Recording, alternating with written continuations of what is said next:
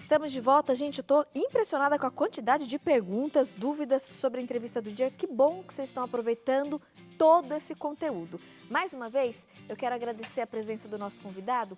Eu vou pegar aqui a fichinha para eu não correr aí o risco de errar, fazer essa deselegância ao vivo. Nefrologista Dr. José Marcelo Morelli. Mais uma vez, muito obrigada pela presença. Obrigado. Volte sempre, viu, doutor? Obrigado pelo convite. Antes da gente abrir com as perguntinhas, como cuidar dos rins? Tem algumas dicas básicas, algumas muito conhecidas, só a gente colocar definitivamente em prática, e outras curiosas. Olhem só, para que você possa olhar com mais carinho e atenção para esse órgão vital, como o doutor ressaltou aí no bloco anterior. Beber muita água, obrigatório.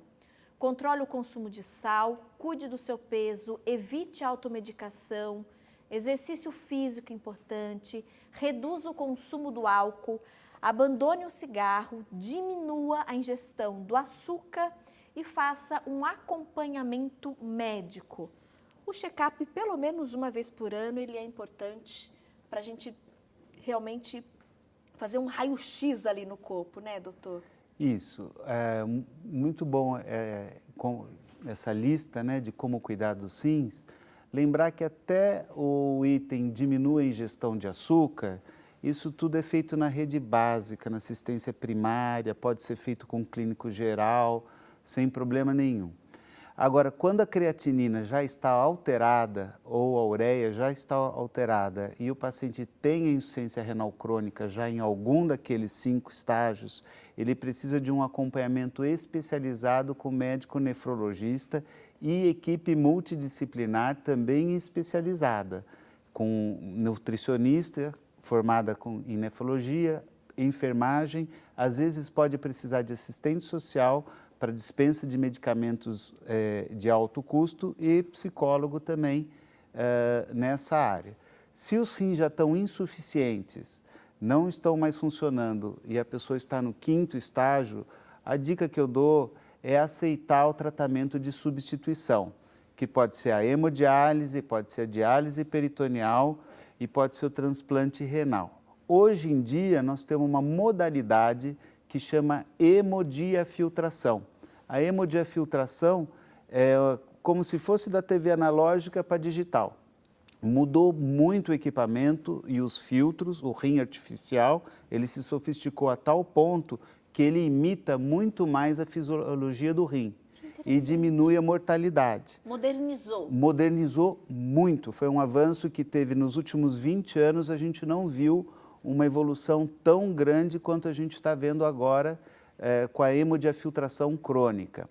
Isso já é comum na Europa, nos Estados Unidos, mas no Brasil nós não temos esse acesso ainda universal no SUS, né, por exemplo, a essa modalidade. Então, se a pessoa que está nos assistindo, nosso telespectador, já faz hemodiálise, procurar se informar a respeito da hemodiafiltração, porque ele permite diminuir a mortalidade por todas as causas em 30%. Olha. Então, se a pessoa ia viver 10, ela vai viver 13. Se é 20, vai viver mais 6. Então, é um ganho muito grande, entendeu? Vale a pena buscar informação a respeito dessa modalidade. E também, isso vale para os gestores, né, tanto de plano de saúde, mas como para os políticos, investirem nessa modalidade, porque muda a curva de sobrevida da população. Com certeza. Voltando à parte básica, o que é importante também falar em termos populacionais, é que quase 80% dos atestados de óbitos vêm das doenças crônicas não transmissíveis. E que está elencado aqui obesidade, tabagismo, hipertensão, diabetes. Então, controlando essas doenças, melhora o índice de desenvolvimento humano, aumentando a expectativa de vida. Então, uma política pública bem feitinha, com acesso à população, não só ao médico, mas aos remédios que precisa, verificar a adesão do paciente ao tratamento, porque não adianta o médico prescrever, virar a cara para o paciente e não ver se ele entendeu a receita, se ele sabe exatamente o porquê que ele está tomando aqueles remédios, fazer o letramento, que muitas vezes as pessoas não têm a alfabetização adequada, então ajudar... a condição para adquirir o remédio. Exatamente. Então fazer todo esse trabalho social, e por isso que precisa da equipe multidisciplinar para fazer o cuidado universal e integral, para melhorar a qualidade da saúde pública do Brasil nessa área, porque é uma área, a nefrologia, ela é como se fosse num jogo de futebol, um meio-campo. Você tem a defesa, que é assistência primária, e tem o ataque, a hora que complica, que vai para a UTI, que vai para o hospital. Uma nefrologia bem feita, você consegue fazer com que muitos pacientes não se compliquem, não vão para o ataque lá, para a UTI, para complexidade, fazer procedimento. Fica só no meio de campo, no ambulatório, passa só no consultório, faz uma visitinha, um tchau, faz uma manutenção e a vida fica boa. Não se complica numa UTI, não precisa passar um stent, não precisa correr atrás por sequelas de derrame, que aí a vida continua sendo vida, mas é chata, é uma vida mais chata do que a anterior, perde qualidade. Doutor, Keuciana Nascimento Carvalho, ela deixou uma pergunta bem interessante. Tati, existe algum chá ou suco que possa fazer para a limpeza dos rins? Tem sim. O chá de quebra-pedra, que é o Phyllanthus niruri, ele já é estudado pela Escola Paulista de Medicina, tem bastante trabalho científico e verificou-se que quem toma 20 gramas com 1 litro da água, faz o chá em decocção, 20 minutos, deixa abafado, toma esse 1 litro durante o dia todo, os cálculos renais que tem umas espículas acabam ficando que nem uma bolinha de gude, mais fácil para ser eliminado. Então o chá de quebra-pedra tem fundamento científico. E o cranberry, o suco de cranberry para infecção urinária por Escherichia coli. Então, depois que você já tomou antibiótico, teve essa infecção, você pode tomar o chá de cranberry como preventivo para evitar novas infecções por Escherichia coli. Algum horário específico do dia? Qualquer horário? O chá e o suco? O suco tem estudo, que é lá dos Estados Unidos, que lá tem muito esse cranberry, que é da Universidade de Harvard, 200 ml de manhã, 200 ml à noite. É o suficiente. E o chá? O chá de cranberry é 1 litro durante o dia, 20 gramas da erva com 1 litro de água, abafa 20 minutos em decocção. Decocção é quando você ferve, põe a erva dentro, desliga o fogo e deixa abafado 20 minutos. E o outro chá que você comentou, Chá de quebra-pedra, esse aí, o Phyllanthus niruri. Posso ir tomando durante o dia? Pode tomar. Faz e vai tomando durante o dia esse 1 litro. Perfeito. O pessoal gosta de misturar limão, também pode. Elisene Carvalho, Tati, minha mãe é idosa de 83 anos. Ela faz tratamento com nefrologista, ela é diabética e hipertensa. E ela desabafou e queria uma dica sua, doutor. Tati, não estou vendo progresso no tratamento. São feitos muitos exames, mas eu não vejo resultado. Aí ela questiona, é assim mesmo? Pergunta para o doutor. Olha, ela responde. Ela está acompanhando com o nefrologista, às vezes, o que ela tem que perguntar sempre para o colega é se a função renal está melhorando, piorando, está estável.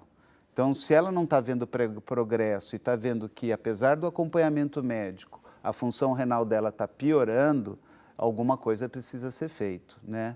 Então, agora, se está estável, se o colega está cuidando e está evitando a piora ou piorando menos do que estava antes, é um ponto positivo. A gente não precisa ter grandes dramas para se sentir, porque a doença não dá muitos sintomas, então você acaba não percebendo muito. A dica que eu dou para esses pacientes é se está urinando à noite, acordando para urinar à noite, que chama noctúria, que isso daí pode ser um sinal de pressão alta durante o sono. Significa que a doença não está bem controlada.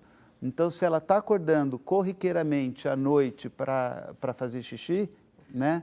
2, começa com 1, passa para 2, 3, é um alerta de que a doença não está compensada. Perfeito. Doutor Josiane Dantas, Tati, tem um cálculo renal e há alguns anos meu médico disse que ele era bem pequenininho, mas eu sinto muitas dores e ele disse que eu não posso operar. E aí ela pergunta, é normal sentir dores fortes se o cálculo é tão pequenininho quanto ele disse? Quanto menor o cálculo, mais dor, porque ele anda. E quando ele anda, é normal. Ele tem as espículas e ele vai realmente machucando o uretélio, que é o tecido que tem por dentro. Quanto menorzinho, mais dor vai causar. Mais dor. Quando ele é muito grande e parado, ele não dói. E daí ela diz aqui que o médico falou que não pode operar, mas aí qual a opção que a Josiane tem, doutor? A hidratação, o chá de quebra-pedra, ela pode tomar bastante água, de 3 a 4 litros de 3 a 4 litros por dia de água, e fazer uma investigação metabólica para ver se ela tem algum desequilíbrio entre os fatores que promovem o cálculo e os fatores que defendem ela de ter cálculo renal, que existe na urina. O citrato e o magnésio, eles defendem a pessoa de formar cálculo. Pode ser que ela tenha pouco citrato, pouco magnésio na urina. Aí o médico repõe isso. Ou se não, se tem excesso de cálcio, oxalato, fosfato ou uratos, que é o ácido úrico, ela tem que diminuir através de remédio e dieta. Doutor, uma nutricionista, Jéssica, está participando conosco, elogiando, né, agradecendo a entrevista e perguntando, ela quer uma opinião do senhor, o uso de própolis verde em pacientes nefro. Ela diz que trabalha com hemodiálise e muitos pacientes estão utilizando. Ela gostaria de saber da sua opinião sobre. O própolis, ele tem uma ação mais bacteriostática, assim, que a gente conhece. Eu não entendi muito bem para que finalidade seria, né? Como a gente falou que precisa controlar 3 fatores, hemodinâmico, metabólico e inflamatório, eu não sei se ela quer dizer alguma coisa a respeito de proteção de inflamação.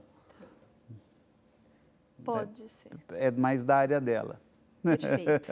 A Daiane Perucci, Tati, gostaria de saber, minha avó está tendo muita infecção urinária por repetição. Faz tratamento, finaliza com a bactéria. Repete os exames, volta a bactéria. Isso pode fazer algum mal para os rins? Pode sim, ela já pode estar colonizada com essas mesmas bactérias. Na verdade, não são várias infecções, é a mesma infecção que ela não conseguiu curar de fato.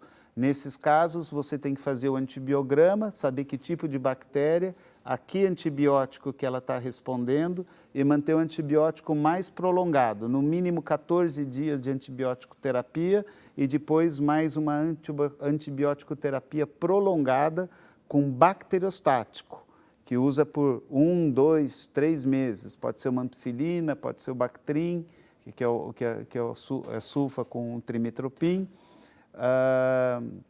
ou pode ser a nitrofurantoína também. Doutor, nosso tempo acabou, mas tem uma pergunta, eu achei interessante e Neide do céu, meu Deus, me chocou aqui. Ela diz, Tati, meu organismo já expeliu 35 pedras, sofro muito com cálculo renal. Chego a eliminar, às vezes, de 2 a 3 na mesma vez. Ainda não consegui começar um tratamento, mas um dia o médico me falou que pode ser o próprio organismo produzindo essas pedras. Realmente, é o nosso organismo mesmo que produz as pedras. Mas ela disse que já expeliu 35 pedras, doutor. Eu tive 2 crises de pedra. Pode acontecer. Doutor, e ela tem que tomar muito cuidado. Tem que tomar muito cuidado. Isso é comum, doutor? Ela pode ter algum problema metabólico, isso é no corpo, principalmente com ácido úrico, eu já vi muito acontecer isso. E aí ela tem que tomar remédio, tomar muita água e procurar um nefrologista. Tem que fazer uso de medicação daí, doutor? Tem. Porque o volume aqui me chamou a atenção. 35 pedras ela já tem que tomar remédio.